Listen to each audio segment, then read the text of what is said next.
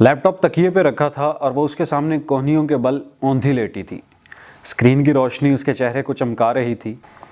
وہ ٹھوڑی تلے ہتھیلی رکھے دوسرے ہاتھ کی ایک انگلی لیپ ٹاپ کے ٹچ پیڈ پر پھیر رہی تھی۔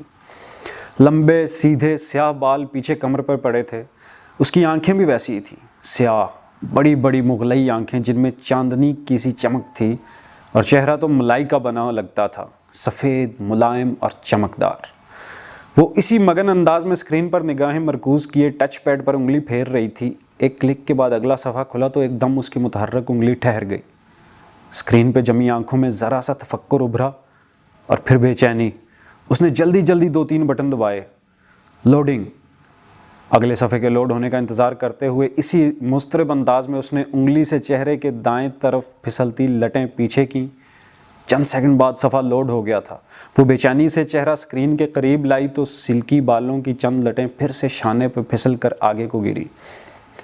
جیسے جیسے وہ پڑھتی گئی اس کی سیاہ آنکھیں حیرت سے پھیلتی گئیں، لب ذرا سے کھل گئے اور پورا وجود بے یقینی میں ڈوب گیا۔ ڈھیر سارے لمحے لگے تھے اسے خود کو یقین دلانے میں کہ جو وہ پڑھ رہی ہے بالکل سچ ہے، اور جیسے ہی اس کے ذہن نے یقین کی دھرتی کو چھوا، وہ ایک جھٹکے سے اٹھ بیٹھی۔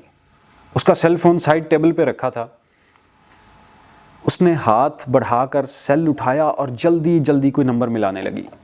رات کی مقدس خاموشی میں بٹنوں کی آواز سے ذرا سا ارتعاش پیدا کیا تھا۔ اس نے فون کان سے لگایا، دوسری جانب گھنٹی جا رہی تھی۔ ہیلو زارا؟ شاید رابطہ مل گیا تھا، تبھی وہ دبے دبے جوش سے چہکی، کیسی ہو؟ سو تو نہیں گئی تھی؟ حیا بول رہی ہوں۔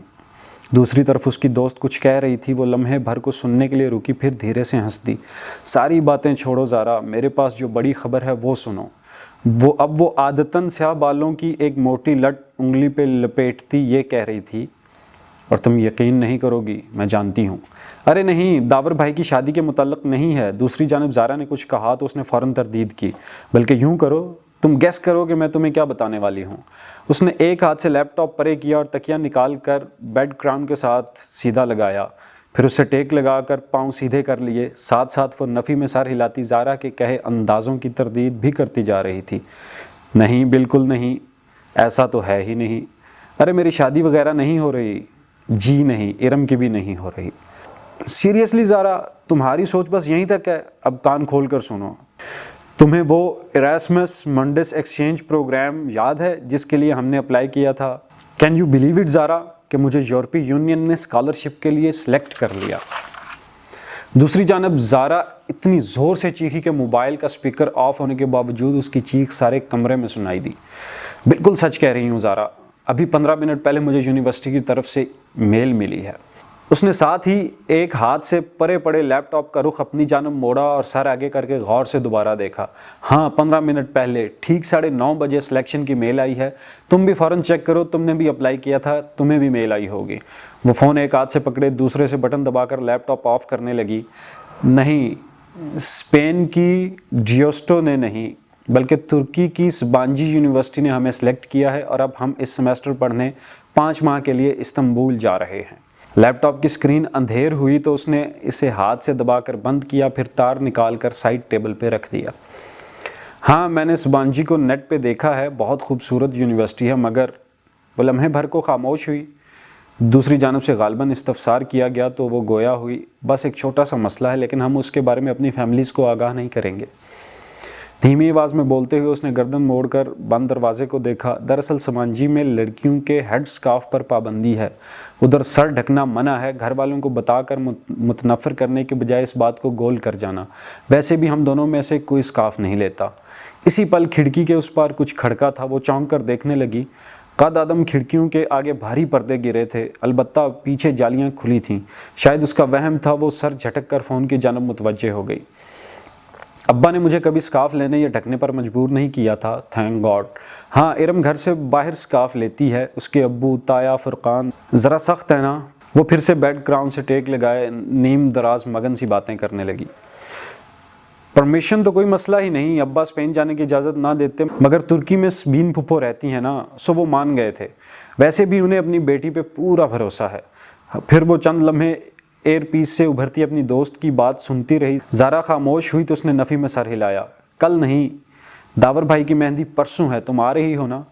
اور ہاں، میں اور ارم لہنگا پہن رہے ہیں، سارے کزنز بہت ایکسائٹڈ ہیں، خاندان کی پہلی شادی ہے نا؟ اوکے، تم اب جا کر میل چیک کرو، میں بھی سوتی ہوں، رات بہت ہو گئی ہے۔ الوداعی کلمات کہہ کر اس نے موبائل کان سے ہٹایا اور تکیے پہ اچھال دیا، پھر جانے کے لیے اٹھ کھڑی ہوئی۔ باہر لاؤنج خاموشی میں ڈوبا تھا۔ حیا نے آہستہ سے اپنے کمرے کا دروازہ بند کیا اور ننگے پاؤں چلتی لاؤنج سے کچن کی طرف آئی۔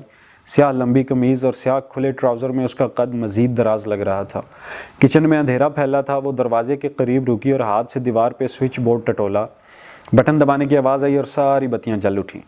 اس نے آگے بڑھ کر فریج کا دروازہ کھولا اور پانی کی بوتل نکالنے کو جھکی۔ جھکنے سے ریشمی بال کندھوں سے پھسل کر سامنے کو آ گرے۔ حیا نے نزاکت سے انگلی سے ان کو پیچھے ہٹایا اور بوتل نکال کر سیدھی ہوئی۔ پھر کاؤنٹر پہ رکھے ریک سے شیشے کا گلاس اٹھایا اور بوتل اس میں انڈیلی۔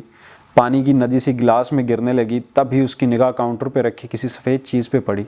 وہ جیسے چونک اٹھی، بوتل وہیں سلیب پہ رکھ کے اس طرف آئی۔ وہ سفید ادھ کھلے گلابوں کا بوکے تھا جس میں کہیں کہیں سبز پتے جھلک رہے تھے، ساتھ ہی ایک بند سفید لفافہ رکھا تھا۔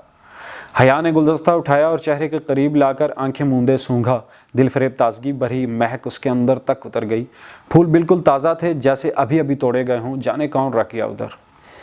اس پہ گھر کے پتے کے اوپر نمایاں سا حیا سلیمان لکھا تھا۔ پیچھے بھیجنے والے کا پتہ نہ تھا، بس کوریئر سروس کی مہر اور سٹیکر لگے تھے۔ مہر پہ 1 روز قبل کی تاریخ تھی۔ اس کو کبھی کسی نے یوں پھول نہیں بھیجے تھے۔ کیا معاملہ تھا یہ بھلا؟ الجھتے ہوئے حیا نے لفافہ چاک کیا۔ اندر ایک موٹا کاغذ تھا۔ اس نے 2 انگلیاں لفافے میں ڈال کر کاغذ پکڑا اور باہر نکالا۔ سفید کاغذ بالکل صاف تھا، نہ لکیر نہ کوئی ڈیزائن، بس اس کے وسط میں انگریزی میں 3 لفظ لکھے تھے، ویلکم ٹو سبان جی۔ وہ سناٹے میں رہ گئی۔ یہ کیا مذاق تھا؟ بھلا خط بھیجنے والے کو کیسے پتا کہ وہ سبان جی جا رہی ہے؟ خط پہ تو 1 روز قبل کی تاریخ تھی، جبکہ قبولیت کی وہ ای میل اسے ابھی 15 منٹ پہلے موصول ہوئی تھی۔ جو بات اسے آفیشلی بتائی ہی 15 منٹ پہلے گئی تھی، وہ اس شخص کو 1 روز بیشتر کیسے معلوم پڑ گئی؟ اگر زارا کو اس نے خود ابھی نہ بتایا ہوتا تو وہ سمجھتی کہ یہ اس کی حرکت ہے اور یہ خط سبانجی یونیورسٹی کی طرف سے نہیں آ سکتا، کیونکہ اس پہ ایک قومی سطح کی کوریئر کمپنی کی مہر لگی تھی۔ پھر کس نے بھیجا اسے یہ؟ پانی سے بھرا گلاس وہیں سلیب پر چھوڑ کر بکے اور لفافہ اٹھائے وہ الجھتی ہوئی اپنے کمرے کی طرف چلی گئی۔ سپہر کی ٹھنڈی سی چھایا ہر سو چھائی تھی۔ وہ پرس کندھے سے لٹکائے باریک ہیل سے چلتی پورچ میں کھڑی اپنی کار کی طرف آئی، جو تھی تو اس کے بھائی روہیل کی، مگر اس کے پڑھائی کی غرض سے امریکہ چلے جانے کے بعد حیا کی ملکیت تھی۔ اس نے چابی لاک میں گھمائی ہی تھی کہ گیٹ اس پار سے زارا آتی دکھائی دی۔ وہ دروازہ کھول کر مسکراتی ہوئی سیدھی ہوئی۔ حیا، مجھے تو کوئی میل نہیں آئی۔ زارا نے ادھ کھلے گیٹ کو دھکیل کر اندر قدم رکھا۔